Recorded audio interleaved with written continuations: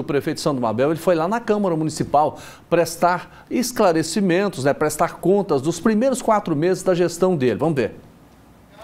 A sessão, bastante tumultuada, começou com quase 1 hora de atraso e com muitos questionamentos ao prefeito. Hoje é um dia de questionar o prefeito, porque R$1 bilhão investidos no Brilha Goiânia tem sido utilizado nos condomínios luxuosos de Goiânia, quando a população passa medo nos bairros da cidade. Sandro Mabel justificou os investimentos feitos na cidade. O Goiânia é um programa para todos os goianienses, todo mundo paga COSIP, todo mundo tem direito ao Brilha Goiânia. E o Brilha Goiânia, ele dá uma sensação para a cidade de segurança muito maior. Ficou espetacular, você passa nos bairros, eu vejo lá na região noroeste, que nós começamos por lá, aquelas pontas de rua lá, tudo iluminada. Os vereadores receberam os números da prefeitura pouco antes do encontro. Os números foram enviados não só para a presidência da casa, e eu solicitando para que enviasse ao Tribunal de Contas do município, dizendo que não tinha a calamidade financeira. Nós sabemos dos números. Agora, o que ele fez? Ele juntou toda a dívida da prefeitura, e que com certeza é o número que ele disse, porém não é o que foi apresentado na prestação de contas. Conforme o balanço da Secretaria de Finanças, o montante arrecadado foi de R$3.499 milhões.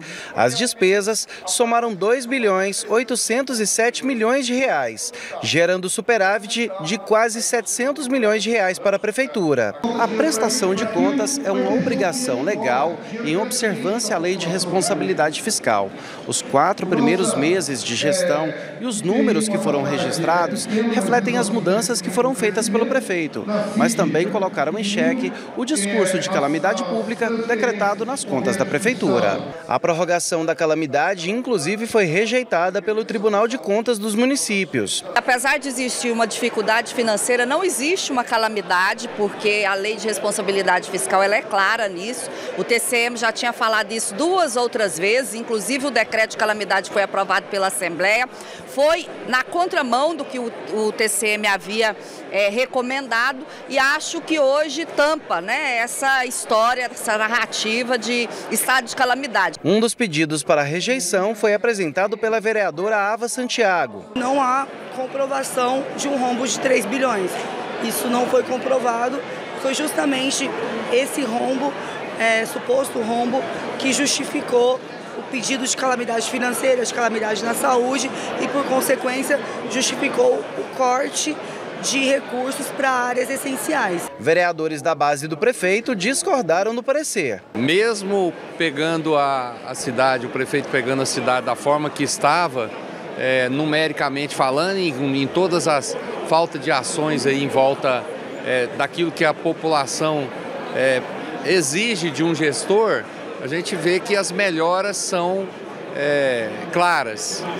Mas o estado de calamidade, na minha opinião, ainda persiste, porque a arrecadação nesse primeiro quadrimestre, ela não foi, por mais que tenha havido cortes, diminuições, o primeiro quadrimestre é muito pouco para você conseguir um equilíbrio. Mabel também enfrentou protestos de servidores da educação, que reivindicaram a manutenção do CEMEI de Campinas. A situação foi ignorada pelo Executivo, que se limitou a dizer que vai continuar a estratégia usada desde o início do governo. O superávit é o começo. Nós temos que fazer muito superávit. Nós temos que diminuir despesa, que foi o que nós fizemos. Se eu não consigo, eu aumentei a arrecadação também. Cobrando de quem? De quem não paga. Então nós vamos cobrar mais ainda dos que não pagam. Todo mundo tem que pagar o seu imposto. Eu não vou aumentar imposto, eu não vou aumentar IPTU, ISS, nós não vamos aumentar. Mas nós vamos cobrar para que todo mundo pague. Aumentar vai, Já vem taxa do lixo em julho. Professor, qual que é a avaliação que o senhor faz? Olha, Jordevan, a gente tem uma situação interessante que temos um prefeito que tem um ritmo, tem um estilo próprio de lidar com as questões públicas, de lidar com as questões políticas, só que é um estilo que não encontra muito consenso, que não vai muito para o diálogo, Ele é um tanto quanto do embate. O que eu faço é do jeito que eu quero e funciona do jeito que eu mando. Só que isso no ambiente político não é bem assim, né, Jordeval? A gente já está acostumado a perceber mais que... na administração pública, Exatamente. Né? Em pautas complexas, né? Ele tem uma dinâmica de pautas complexas que ele tenta resolver de maneira de canetada que não dá certo. Bom, eu quero falar de uma canetada, eu quero a opinião do senhor. Ele disse que até o final do ano vai tirar todo morador de rua de Goiânia. Tira? Tira de jeito nenhum. Nenhuma cidade consegue fazer isso. Primeiro que você não consegue ir lá e proibir as pessoas de chegar, virem para o município. Segundo, você não pode obrigar a pessoa a ficar em um lugar que ela não queira ficar.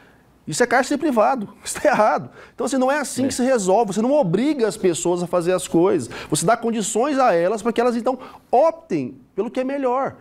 Isso não se faz, assim, de hoje para amanhã e não se faz à base da força, gente. Não é a coerção que resolve o problema social. É o diálogo, são projetos que sejam mais amplos. Porque, afinal de contas, Jordeval, eu vou obrigar que o cara fique em tal lugar. E o que eu vou dar para ele ficar lá? Qual é a condição que eu vou dar para ele melhorar de vida? Ele vai ficar se ele quiser. Exatamente, ele é não é dono assim. do nariz dele, né, gente? Gente, é por isso que existe o nosso Política e Cotidiano, porque aqui a gente aprofunda, a gente dá opinião, a gente critica, a gente parabeniza, o que for preciso a gente faz. É por isso que o professor está aqui toda quinta-feira. Professor Marcos Marinho, muito obrigado, viu? Eu agradeço mais uma vez a oportunidade de estar aqui. Quero convidar todo mundo para nos assistir no sábado, 12h30 e na terça-feira, 22h30, no Política e Cotidiano. Semana que vem tem um programa muito bacana com o Paulo Vitor, prefeito de Jaraguá, que é atual presidente da FGM também. E assim, toda semana a gente está aqui para trazer um pouco mais de compreensão e estimular o debate, né, Jordeval? Estimular o pensamento político. Porque, afinal de contas, gente, a nossa vida só existe porque tem política. Senão, a gente estava enrolado.